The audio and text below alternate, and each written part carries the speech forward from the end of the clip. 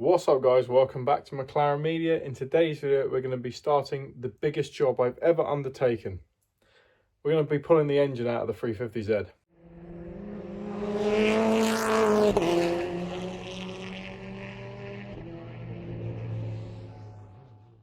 So yeah guys, if you've been following along with the last few videos, you'll understand that there is something not quite catastrophically wrong with this engine, but something is wrong with it and it needs to come out because it's burning a hell of a lot of oil. Smoking out the rear, it stinks. The oil itself is not great. Something's wrong, it needs to come out. I've got a spare engine to go in, hopefully, fingers crossed, it's running fine. So yeah, in this video we're going to be pulling that engine out. So I think we're just going to have to get on and do it because it's not the hardest thing in the world, but obviously pulling an engine is not like straightforward. It is a lot involved. So yeah, let's just begin. So yeah, if you've been following along on the channel, you will know this engine decided to start smoking and burning oil quite badly, so it's time to come out. First thing to do is remove the front bumper. I do already have a video on my channel on how to do this, and there's a link in the description below. So first I started to remove the front crash bar, and then went around and disconnected the washer fluid lines, and for some reason there is a lot of them on this car. I then disconnect the battery so I can set about taking off the headlights, which is just simply a few little bolts and obviously the plug. Then I can remove the bonnet latch. Start about removing all the bolts holding on the front wiring loom. And finally the power steering cooler.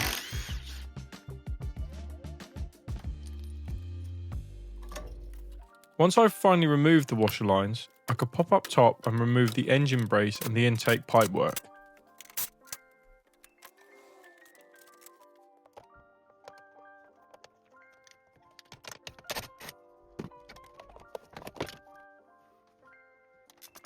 Then I remove the fans, which are held on by a couple of bolts, and the plugs, and it should just pull straight up and out.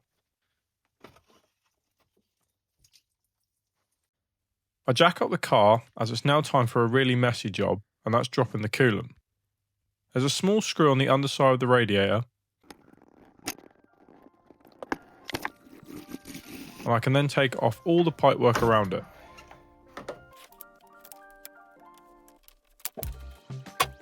The radiator is held on by these two plastic screw clips, but I found the reservoir was in the way, so that had to come out as well.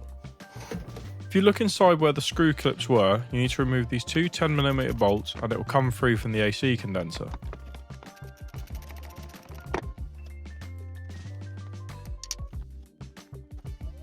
I removed the last of the crash cam brackets and then the power steering lines. Be careful as this does get messy, and my god were they stuck on there.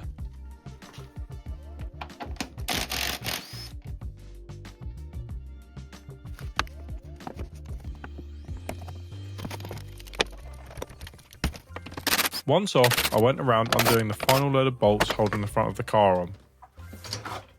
It should simply then just pull straight off the front. Right guys, so I'm at a point now where the whole of the front of the car is off. The AC condenser, if you're not removing the AC, because you don't actually have to remove the AC if you're careful with removing this engine, it can just flip round to the side.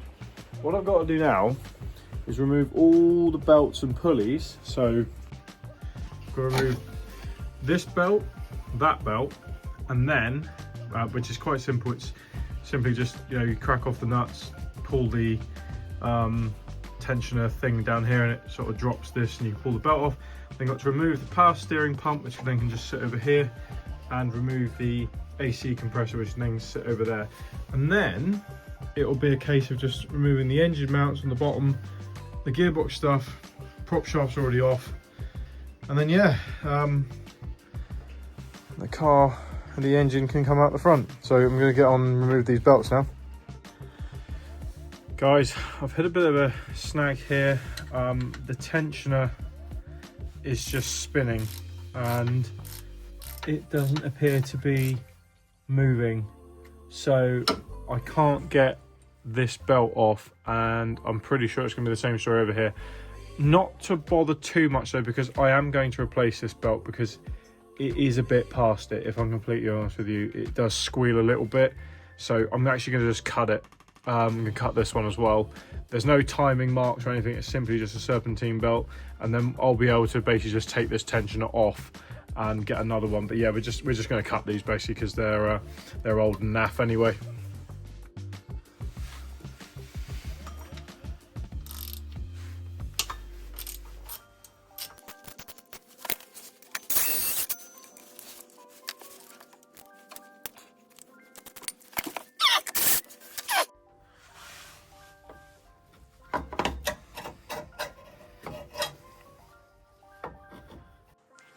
So the power steering pump is now free and loose. I'm going to turn our attention to the AC compressor. I'm pretty sure there's one bolt up here, and then one there, and then one just at the back. And you should just be able to do the same. That can just sit over that side of the car.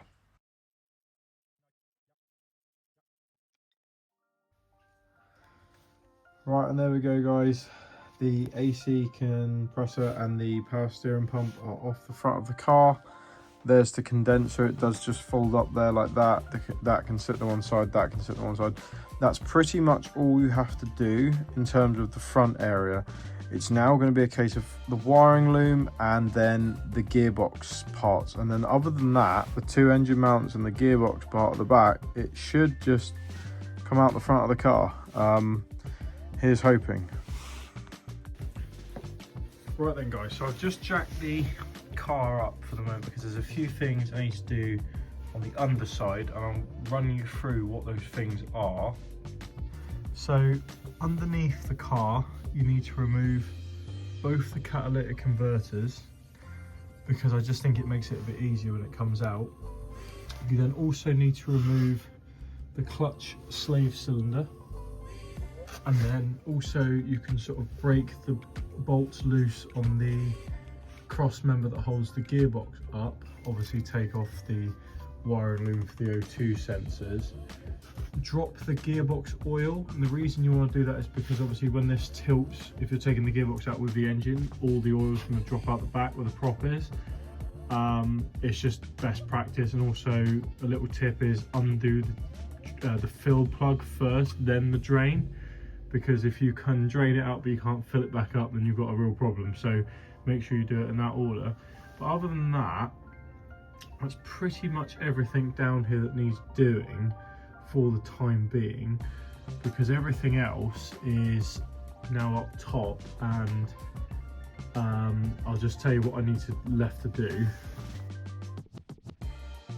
I forgot to say, guys, you need to remove the prop shaft, which I've already done in a previous video, and the link is in the description below. So the last few things I need to do, obviously need to remove this vacuum hose, need to get the fuel lines off, which I'm going to do last. I'm going to do that when I've got the engine crane because I don't want fuel sitting around. And then really, it's just going round and just checking that you've got no like earth straps attached anywhere. I know there's one down this side. I don't know if you can see it down there. Camera focuses. Probably not. And then obviously you've got to undo the two big bolts that hold the actual engine mounts in place. The main wiring harness that runs into the passenger well, I'll do that in a bit.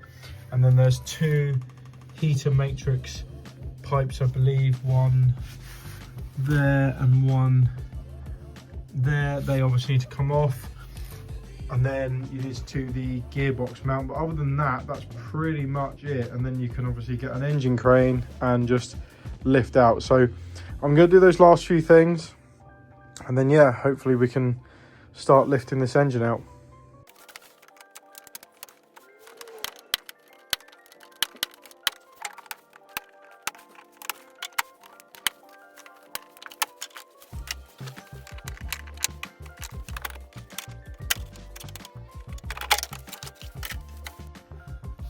So to undo the wiring loom, the other side of that big black grommet I've been trying to work with, you've got these couple of ECUs here. Basically they all just need to be unplugged, and then it all just comes through that hole in the firewall at the edge, and then can just wrap up on top of the engine. It's quite a simple design, if I'm completely honest with you. So yeah, I'm going to take these out now and then just thread it back through. Really simple. So there we are, guys. Once you've unplugged these, There's this big black one here, this sort of white one, and then this one here. They basically just pull straight through that hole in the firewall. The wiring loom runs up, and then you can just set it on top of the engine. There are 3 plugs down here, which are here on the wiring loom to undo as well. And then yeah, that whole thing just sits over on top of the engine and it comes out all as one.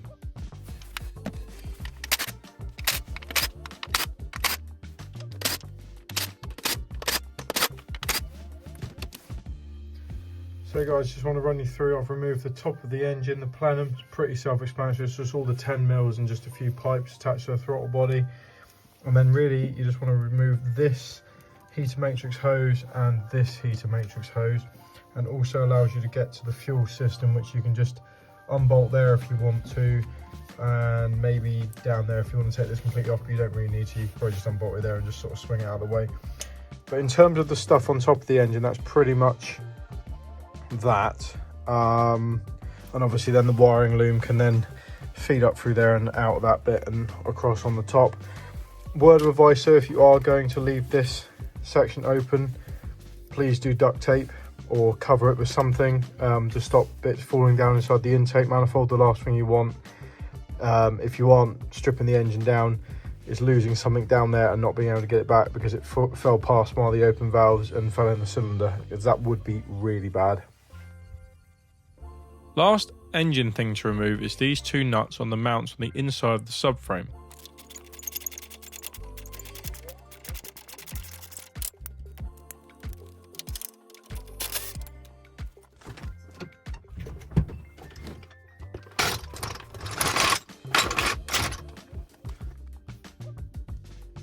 So guys, once you've done all the engine sort of stuff, the wiring loom's out of the way, there's only a couple of things left to do. So inside the cockpit, if you remove the sort of cover piece where the gear lever is, sort of just one cable holding it together, it just pulls out, you'll find that underneath the shifter there are 4 10mm bolts, and that effectively is holding the top of the gearbox to the engine, to the chassis. And once those are out, once you drop the main gearbox mount, this will go with it. You can sort of like lift this off, and basically underneath there is the shifting mechanism. You can then detach that as well, which I think makes it a bit easier to come out of the car. So once I've detached all these, undone these bolts, you'll see what I mean. And then as you can see, that simply just unbolts and comes off like that. You can now see down into where the transmission is, and once we've dropped the car, you are able to take the actual mechanism here off the back of the gearbox to make it a bit easier to go out the front of the car. Right then guys, this is it. I've skipped to just a few things just because they're unnecessary really to show. It's mainly just sort of making sure that the wiring loom is sort of out of the bulkhead there. The fuel line is disconnected there, and then just going around and doing one last check to make sure that there's like an earthing strap here that's not connected. There's one around the back, and then just taking off the everything to do with the gearbox at the back, and really then just setting up the engine crane. I've got the jack on the gearbox just to hold it up, because I will say there is, you can't really see it, but back there is the steering rack. There is a little bleed nipple on it, or like a union joint. Just make sure you don't, like, you know, knock that as you're coming past it. So really it's just a case of, you know, lift the engine up and out rather than just drag it off the subframe. But that's pretty self-explanatory. So yeah, I think really we're just gonna have to go for it and just make sure. This is where you now find out if there's anything still attached. So this was it. After I went back and undid the gearbox mount bolts, it was time to just start lifting it out.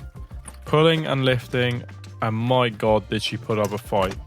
It was constantly hitting the subframe and the bulkhead, so a lot of back and forth was needed.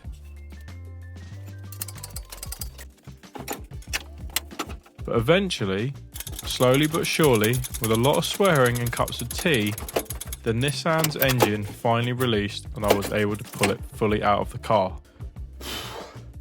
So So there we go guys, the engine is removed out of the 350Z. It's currently still on the crane, and that's pretty much as far as I'm going to go in this video, because I need to work out exactly what I'm going to be doing now in terms of taking all the ancillary parts off this and putting onto the other engine for it to then go back in the car. But it's winter, so I'm in no rush to do that, but I'm just glad it's out. It means I can split the gearbox and take it into my workshop and work on it on the bench. And actually eventually I'd actually like to strip this engine down and figure out exactly what went wrong with it, because for the 7 years I've owned this car, it has run absolutely faultlessly, until obviously the other month when it just decided to start smoking and burning a lot of oil.